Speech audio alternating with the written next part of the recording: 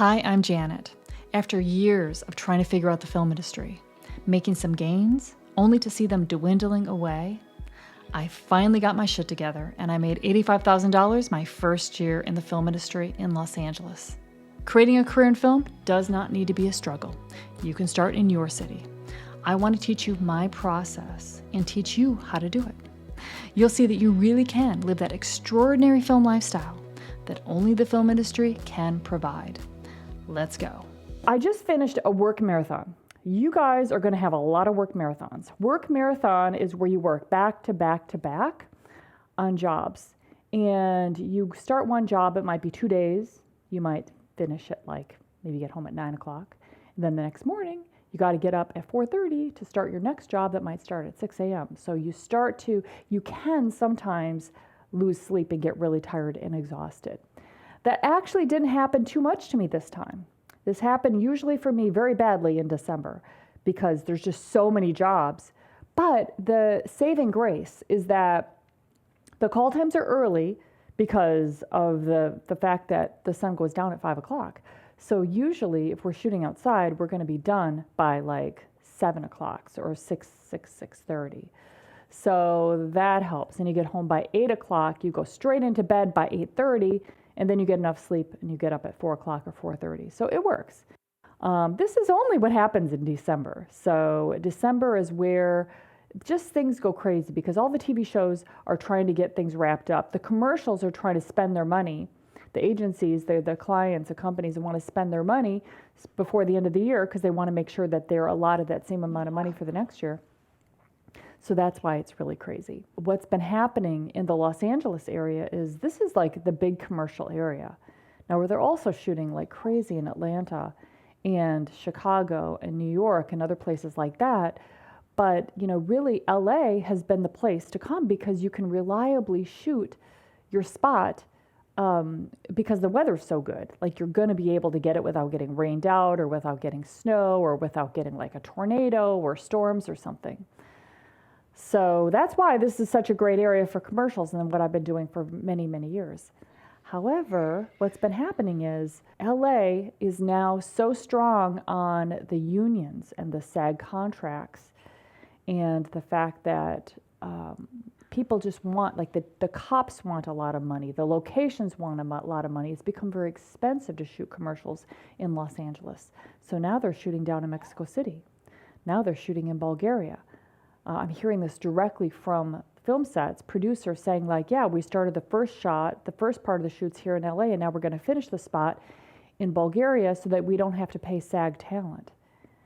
And so this is good for our people in Bulgaria, but it's not good for our actors here in Los Angeles, and it's not good for the crews here in Los Angeles. Then they're shooting in Mexico City. Great for the people down in Mexico, but not so great for the people up here in Los Angeles. Now, here's the thing. This is the film industry. It's a business. So they can do whatever they want to do, and it is a business, meaning that they are in the business to make money. So they're going to shoot wherever they can. They're going to make it work with whatever it is.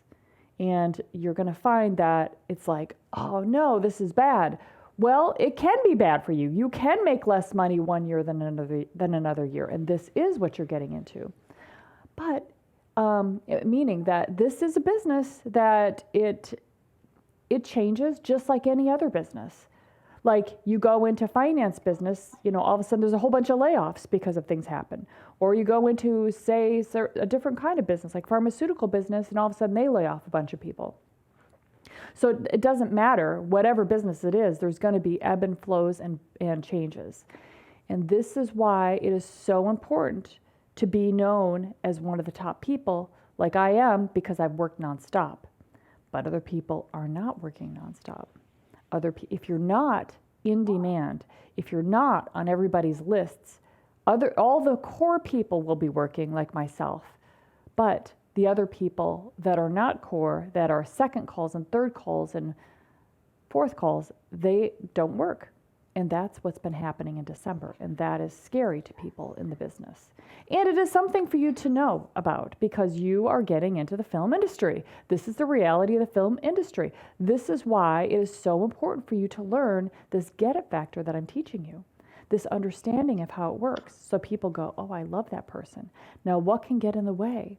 What gets in the way is people's own nervousness, your own nerves, your own anxieties, your own fears. Seriously, it does. And it did for me. So this is why I can speak for it so well. I was so afraid of saying the wrong thing and people not hiring me long time ago that I would not form the relationships. I would try to do a good job, but mostly I'd try to make a connection, but I didn't want to say too much because then maybe they wouldn't hire me. I didn't really want them to get to know me too much because, well, what if they didn't like me and then they wouldn't hire me? This is so screwed up.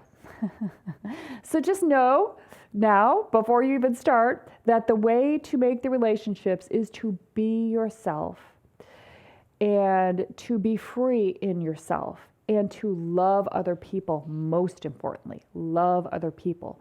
Find what's amazing about other people. Watch them, observe them, look for what's fascinating about other people. And then people will be drawn to you. So you don't have to become interesting or amazing or whatever. You don't have to. You can really just focus on watching, observing, and caring about other people.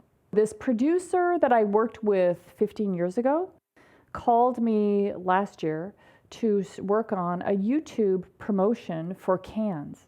I know it's the weirdest thing, but this is what the film industry is. It's just a bunch of shoots that you're like, oh wow, I'm working for YouTube for this video that they're going to show at Cannes. Okay, and it's going to be interviews with celebrities, like the director that shot Crazy Rich Asians. Oh, the guy was super cool. He lives in Topanga, and that's where we shot. It was so cool to go to his house and meet him, and just a lovely person.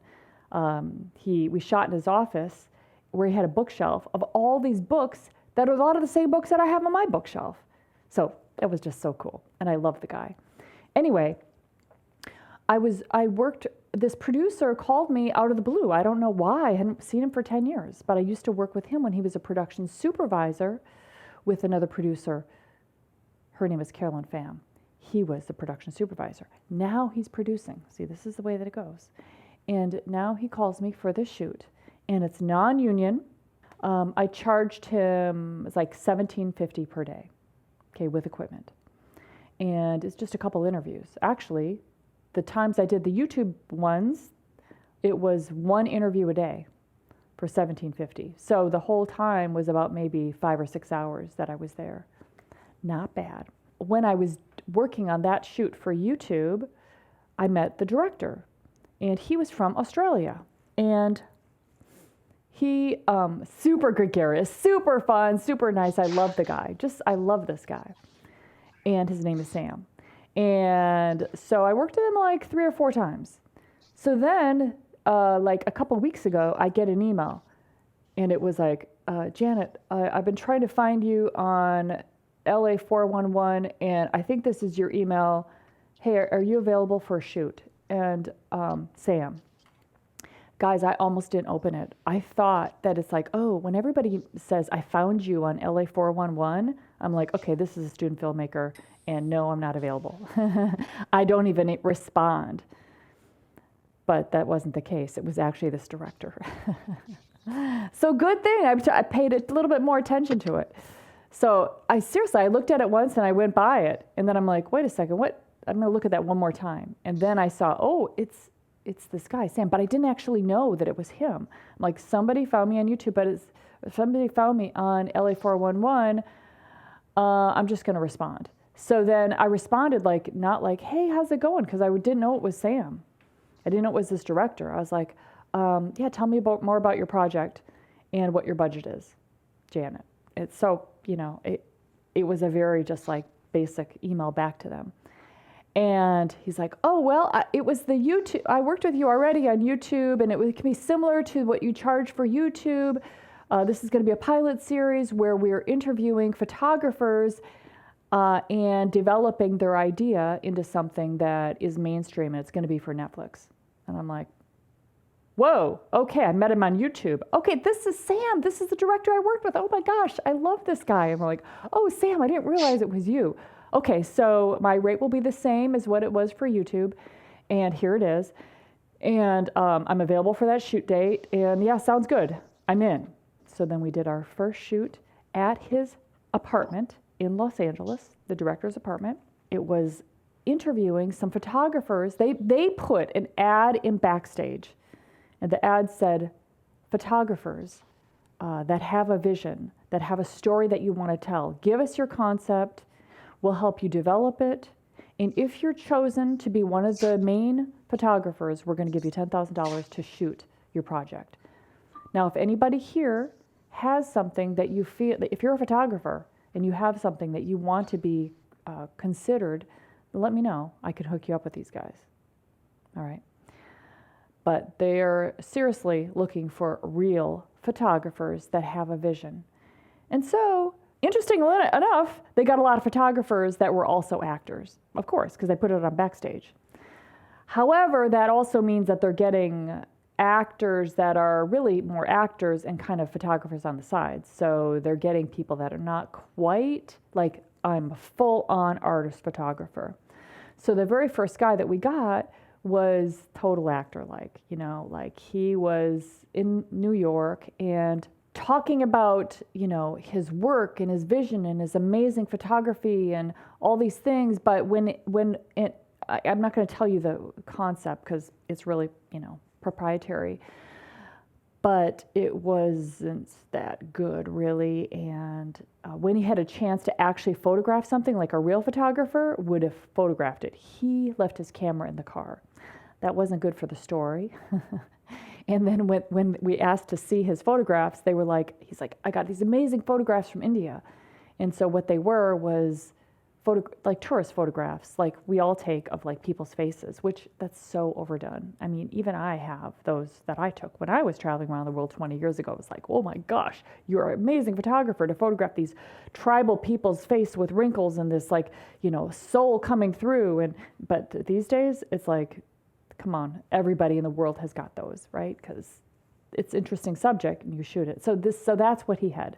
So anyway, through this series of working with these photographers on this pilot show, I'm starting to really realize what it is that makes a project, that makes you an artist, that makes you an artist with something to offer, especially when you're trying to sell your idea.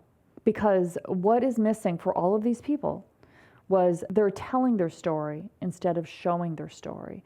Like they're saying, this happened, this happened, this happened, this happened, instead of sharing the passion behind the story and who they are as an artist. They're talking about how it's going to look, the pretty pictures, and what the end result is going to be, instead of talking about the concept and what it's capturing. So the host of this show, his name is Henry. He's now become a friend of mine. He's written several books on photography. So he's very, very good at listening to somebody's idea and boiling it down to this core thing of what they're trying to capture and how they're going to shoot it, much better than even the artist that has the idea. It made me really realize that you guys and that we all, as we're going into the film industry, it's very worthwhile to give thought to what you want to create out there in the business, who you are for the film industry. Now, these questions, like who am I for the film industry? What do I want to create? What's unique about me and my experiences from the past that I want to use in the professional film industry now? These are all questions that are not easy to answer, not for any artist, but they're worthwhile to give some thought to and to start to ponder on and get obsessed about, because this is your passion coming through. Most people will be like, I just want to work in the industry. I just want to become a famous actor somehow. It is so common. Or I want to become this big director. But they don't have the language. They don't have the ability to, they have not developed the ability to know what they're actually about. And when you're speaking to a professional that they're actually producing projects, the people that they're working with, they have sussed all that out, You got to speak that language. So I really wanted to speak to you today about this because one of the people that we're actually we may even choose as a subject, she was an actor. And she's like, I'm just finding that as an actor, I was just so nervous all the time. I had that going to auditions or doing the self-taping, it gave me such major anxiety that I don't think I want to do that anymore. Now, obviously, the auditions is not what is giving her anxiety. It's her thinking while she's doing the auditions that's giving her anxiety, right? Very important distinction, which is really why I teach you this self-coaching, because she's just abandoned her acting career because she thinks that it's the auditions that's causing her the anxiety, when it's actually her thinking as she's doing the auditions that's creating the anxiety, because your thoughts produce your emotions, not the circumstances. Okay. In her words, though, she said that now that I have a project where I want to direct this thing, I want to direct this certain subject, I can't tell you what it is, but this is to produce something new in the world. This is to create a new understanding, a new conversation that I'm very passionate about creating in the world. She's like, I've got no problem doing that. I'm completely free and totally excited about creating this project. But acting was giving me anxiety. This prompted me to start thinking about how you can think about your career. It's not for you. You're not doing it for yourself. You're doing it for what you can create in the world. Because when it's all for you, then you focus on yourself and you're like, I'm anxious about this. Is it going to happen or not? Am I good enough or not? And you judge yourself and compare yourself because it's all for you. But when it's something that you're using your life, your body, your mind, your abilities, you're using it for this certain purpose, for this passion, then it's something that you're compelled to do as an artist. And therefore, you put your head in a new place with a new focus on what you're here to create in the world, and you've got new power. See, all of this is a shifting of the mind, the shifting of the way of thinking so that you can be free, so you can be your more powerful self. And often we just want, Janet, tell me what to do, tell me what to do. I'm happy to tell you what to do. And some of these answers are going to be found from kind of digging deep and pondering and looking at your life, your experiences, your challenges, which a lot of the good stuff is coming from your challenges and problems that you've overcome, your difficulties and your pain. A lot of your substance that you're going to bring into the film industry is coming from that stuff. So all that stuff, none of it is bad. None of it means anything bad. It all actually is your fuel. It's your experiences, it's your life experience that you will now use to fire you forward, to propel you forward. You know what I mean? So, isn't it funny that that's actually the case? Like even the struggle of as you're getting into the industry, like I don't know what to do, and you're going through all the mental gymnastics, which you will have, all of us do, because we all have primitive brains. Even all of this will be used as fuel to go to the next level. None of it is bad. It's all good. What I'm teaching is people start and they're trying to get directly into acting and filmmaking, but nobody knows them. They don't have enough credits or experience, so they're not going to be taken seriously. But the main thing is nobody knows them. And that's what's missing. Also, what's missing is that they're going into their head all the time because they're like looking at the experiences of trying and nobody's giving them a chance, so then they blame themselves. So that's where the anxiety comes up. That's where the lack of momentum comes up. And so then they feel inadequate. They feel lost, feel stuck. And from this place, they stay here for the next 10 years and then eventually quit and do something else. And then the film industry is too hard. They weren't possibly good enough. It's too difficult to get in. Everybody's hiring their family. And it didn't work out for me. Kind of sad about it, but, I need to move on with my life. A lot of people, and you probably know a lot of people that are in this category. When I was doing I was going to Bonnie Gillespie's, I took her course like over and over, just so that I could really understand what actors go through in Los Angeles. And she had these like 2-hour meetings that you could sign up for, and I'd be in a room full of actors. It was like a mastermind.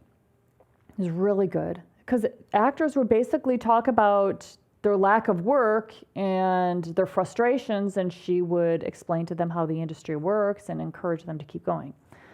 But after every one of these classes, we would go to a bar and then everybody would drink beer. And almost every time there was it wasn't really it was like a goodbye celebration, or kind of like a mourning, kind of like for the actors that came to Los Angeles to break in and then left and were going back home, basically leaving the business, giving up. I've never seen this before, but that was what was happening. So it's like they, let's have a toast to so-and-so that came out here for their dream and lost another one. So, then they went back to Chicago to start a new life. They've given up on acting. And this is when I was going to these because I'm like, this is so fucking sad. And of course they're giving up and going back because that's such a hard life, working as a grocery checker, working as a waiter, and then trying to make it as an actor. Here I am coming from a film set all the time. I'm coming from a film set into these classes. I'm like literally coming in like 20 minutes late. I just came from a film set. I just made $2,000. Everybody else there is working as an actor and making, barely working. And I'm just like, oh man, this is fucking rough, So I'm just like, you guys, get on these sets. Just get on these sets. Meet all these people. Learn the business. It's not that big of a deal. You won't go in your head when you're in auditions because you're like, hey, I'm going to be working next week either way. Hey, I'm learning producing. Hey, I'm learning art department. Hey, I'm turned on by my life. I'm like, this is the way to go. So I wanted to take over Bonnie's, class and just say, guys, don't be so sad. Get in the business. Okay? What's missing is really hard to build credits, really hard to get connections, and really hard to get into that mental state of like, I have got something to offer that I know that the world needs, because you just keep getting slammed down. We are coming in as artists and we're giving some thought to what we want to create in this business. I am an artist with unique experiences. That's you. Each of you are artists with unique experiences, challenges, problems, life, losses, pain that you have experienced. All of that is your asset. All of that is material for you. You don't know how you're going to use it all yet, but it is. It's where you draw from when you write, when you create, when you act, when you produce. Knowing what is the core of a lot of these things, that's the human experience, which we are recreating on film all the time, right? Some of the questions that during this pilot where we're interviewing these photographers about their project, the questions that we're asking them is, well, what do you have to say? Like, they've got an idea, but the idea seems disjointed from who they are as a person. The host, Henry, in this pilot show where we're looking for a photographer that's going to do a project for Netflix, he's looking for the passion. He's looking for why this project is important to the artist and what they have to say. What is their voice about this project? What is so important for them? He would ask them these questions, and many of them are just like, they didn't want to say they didn't know. So they're trying to say, well, this is like, I have a voice and I want to get my voice out there. But these are very bland answers that don't say anything. So it really made me realize that these are questions that we need to ask ourselves. And we need to ponder on them, reflect on them, and write about them. And it's just not something that you're going to do like one time. This is something that you're going to be asking yourself throughout your career. And it's very important. So to give you an example for myself, one of the reasons why I was able to have such power getting into the film industry was that I was like, I want to join this tribe of wildlife people that document the living animals on this planet. I want to be there. I want to learn from the masters. I could spend my whole life sitting in a blind in a bush. This is who I am. And to me, this is life. So this is where I was, life is in the bush. Life is with these animals. Life is with documenting the existing animals on this planet. That's a very passionate way of speaking and thinking about it. And from that perspective, I'm like, okay, now I got to go to LA and learn my shit so I actually can get hired for this, So that's what I did. I came to LA to work in entertainment television to learn my shit. And then I went back to National Geographic and I'm like, oh yeah, I've got the equipment, I've worked with the people, I have done a ton of these TV shows that you probably have heard of. My passion though is wildlife. My passion is working out of a boat, chugging down the Amazon and documenting wildlife stuff. Piranhas, anacondas, capybaras. I love that stuff. And you speak from your heart, right? It's not like, oh, I want to travel the world working for National Geographic. And they're like, yeah, you and everybody else in the world. But you need to, I needed to articulate really what it was that made me so passionate about it so that I could speak their language, because they can easily speak about why they're passionate about it. So what do you have to say? Now, these are questions that are difficult to answer. It's like, well, what do I have to say? Oh, I got my experiences. They're my experiences. Yes, but what drives you? What drives you to work in this business? What drives you to tell a story? What drives you? What kind of characters do you want to play, and what drives you to play those characters? Why is that important to you? What is inspiring you to create? Why do you need to create? These are not easy questions. But just see what comes up and keep asking yourself these questions. Why is it so important to you? If this needs to come from within, it can't be like, oh, I want to get this certain kind of work so that I can become famous one day. It lands flat. It has to be like, these have been my experiences, and this is the change, this is the message, this is the passion that I want to start a conversation about in the film industry using motion picture medium. But I am very passionate about this subject and this subject and this subject. Okay, so from knowing who you are as an artist, another question, difficult to answer, but just see what comes out. You're really starting to, with the self-coaching stuff, be very introspective and notice your thoughts and kind of like to watch yourself thinking.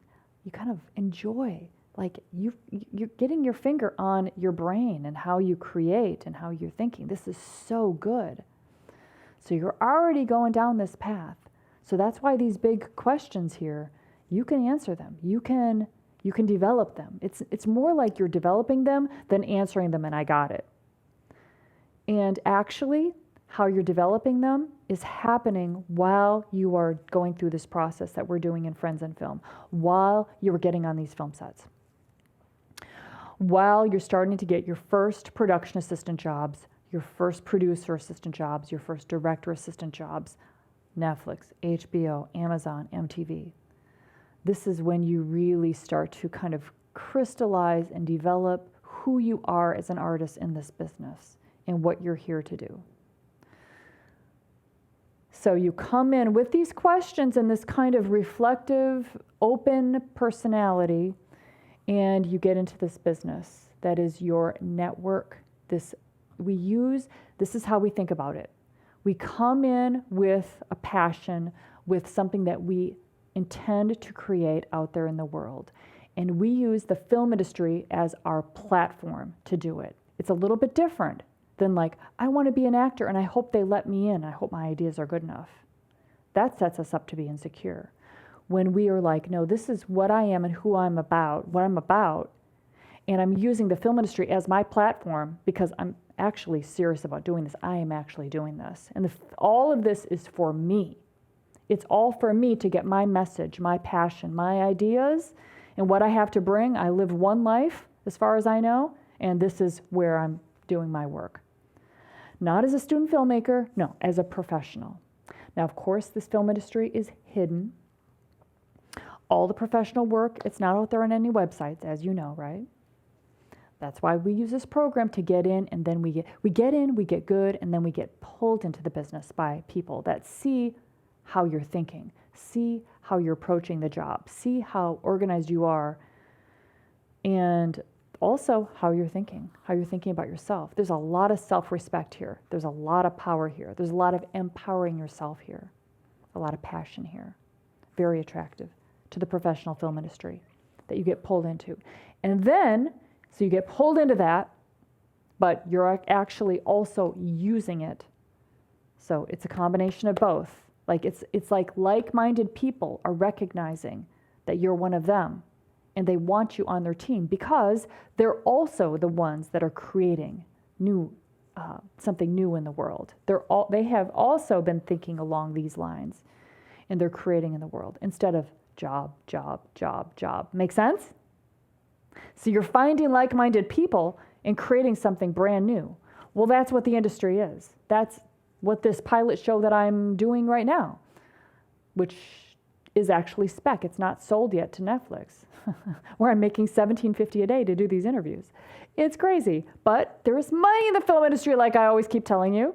This is all professional. These are professional directors, professional everybody. So then when the film industry is your platform and you're thinking like a focused professional that knows what you're there to do, now you're having conversations on set, you're shooting specs with other professionals that are thinking like this as well, and it's very easy now to start getting acting roles, to start getting writing jobs, to start getting DP jobs, cinematography jobs, producing jobs.